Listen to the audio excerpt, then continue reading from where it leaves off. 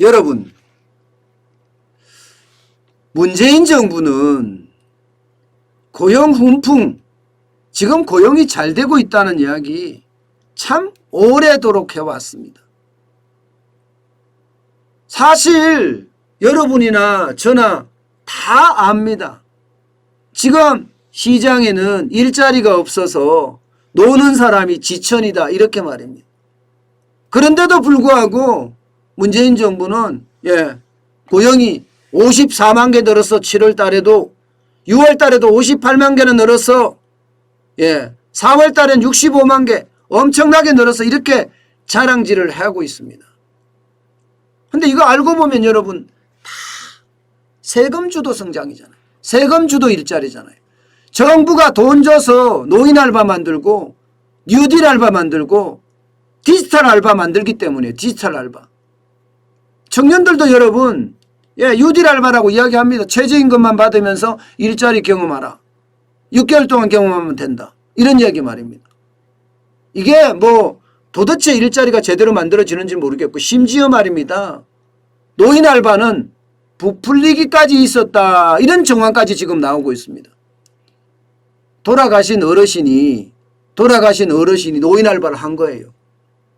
그것도 한두 사람이 아니라 몇천 명씩 말입니다. 이건 뭔가요 여러분?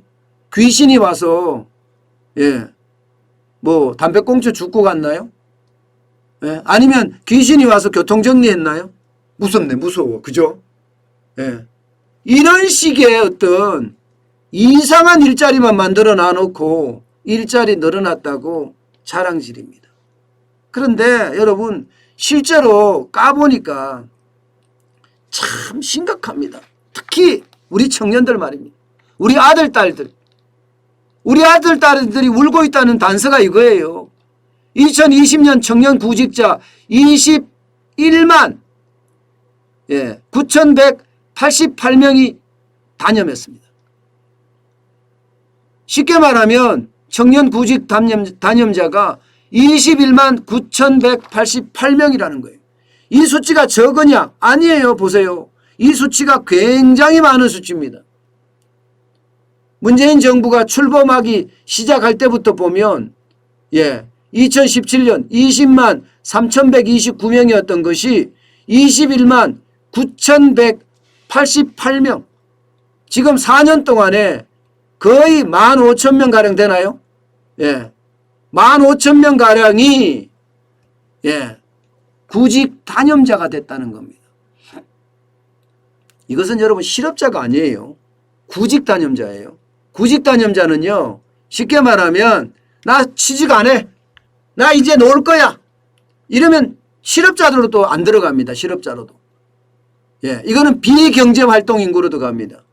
비경제활동 인구로 들어가는 사람이 이렇게 많다는 건 여러분 이게 우리 지금 취업 현장에는 눈물이 난다는 이야기입니다.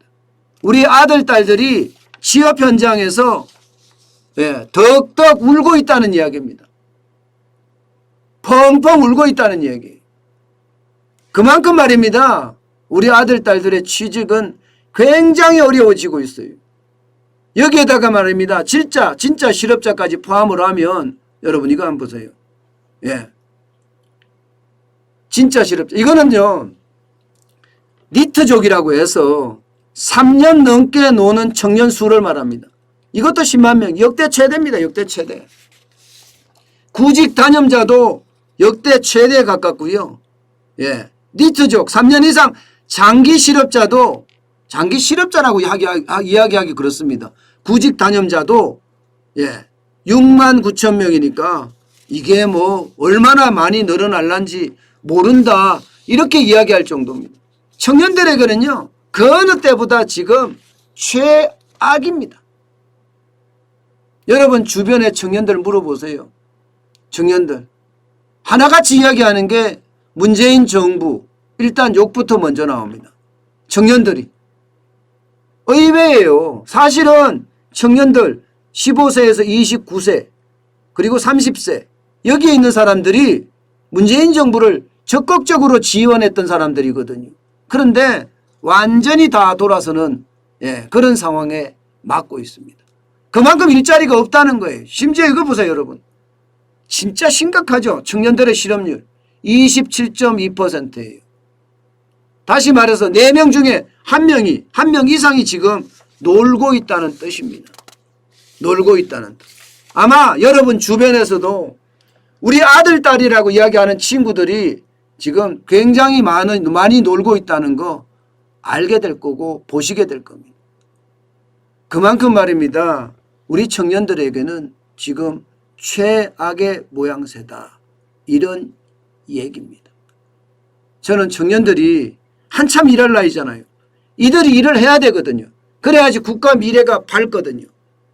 그런데 이들이 일을 못한다는 것은 국가 미래도 점점 어두워진다는 그런 현실을 반영하고 있는 건 아닌가.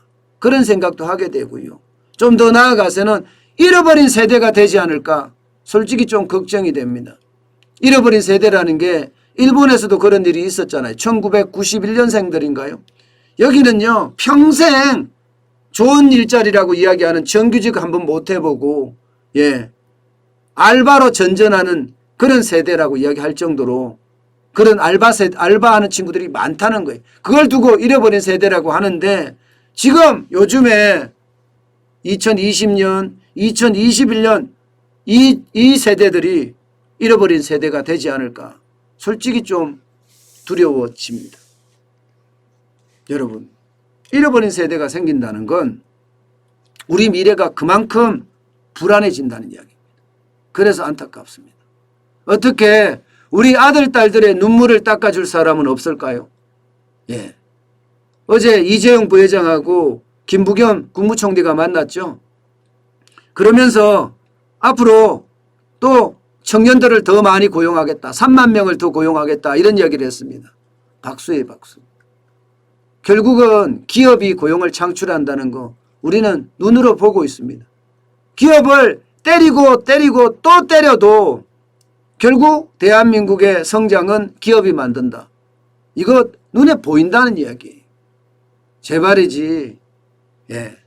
사회를 자꾸 혼란스럽게 하지 말고 친기업 정책으로 기업들이 더 잘 뛰게 그렇게 해야 할 겁니다. 그래야지 우리 청년들의 눈물을 닦아줄 수도 있을 겁니다. 우리 아들, 딸의 눈물 바로 기업들이 닦아줄 겁니다.